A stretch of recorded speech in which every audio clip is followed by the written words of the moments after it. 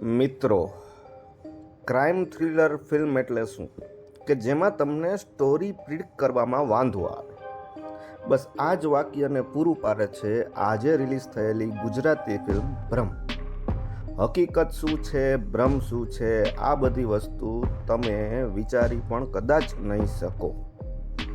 હું બહુ ઓછી વાર કહું છું, પણ આ ફિલ્મ જોઈને હું એ કહીશ કે જો તમે થ્રિલર ફિલ્મના ચાહક છો તો ભૂલચૂક માફ અને કેસરીવીર આ વખતે રહેવા દો અને શનિ રવિની રજામાં જઈને ભ્રમ ફિલ્મ પૂરી ફેમિલી સાથે જોઈ લો.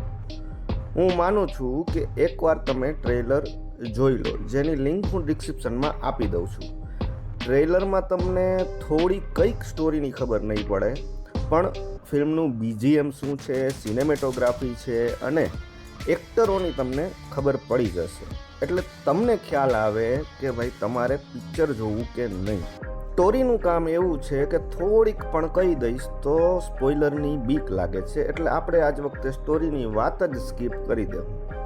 પણ જેમ થ્રિલર ફિલ્મમાં બિલ્ડઅપ જરૂરી છે, એમ આ ફિલ્મ પણ બિલ્ડઅપ માટે ટાઈમ લે છે. ઇન્ટરવલ સુધી કદાચ તમને બોર થાય, ઇન્ટરવલ પછી થોડું ઘણું થાય, પણ અંતમાં પૈસા તો વસૂલ કરી નાખશે. જે રીતના ફિલ્મ બનાવી છે એ કાબિલે તારીફ છે. મને તો આ ફિલ્મ ગમી. હિન્દી અને અંગ્રેજી ફિલ્મો સાથે આ ફિલ્મને કમ્પેર કરવાનું આપણે અહીં રહેવા દઈશું, તો જ આ ફિલ્મ આપણને ગમશે. મારા મંતવ્ય પ્રમાણે જો તમને થ્રિલર ફિલ્મ ગમતી હોય અને થ્રિલર ફિલ્મ જોવાની ઈચ્છા હોય તો બાકી બધા કામ પડતા મૂકીને આ ફિલ્મ એકવાર જોવા વયું દેવાય. જેમાં મિત્ર ગઢવી, સોનાલી લેલે દેસાઈ, અભિનય બેંકર અને નિમિષા સોની નામના કલાકાર મુખ્યત્વે જોવા મળશે. અને ફિલ્મ ડાયરેક્ટ કરી છે પલ્લવ પારીખે, કે જેણે અગાઉ હું ઇકબાલ નામની ગુજરાતી ફિલ્મ ડાયરેક્ટ કરી હતી. આ ફિલ્મ 2 કલાક અને 17 મિનિટ જેવો તમારો ટાઈમ માંગી લેશે, પણ ટાઈમ તમારો વ્યાજબી છે આ ફિલ્મને દેવા માટે એવું મને લાગે છે. બસ તો આ જ હતી ભ્રમ અને રિયાલિટીની વાતો.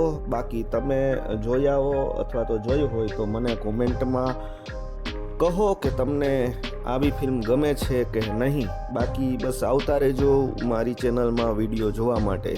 ચાલતા. જય હિન્દ, વંદે માતરમ.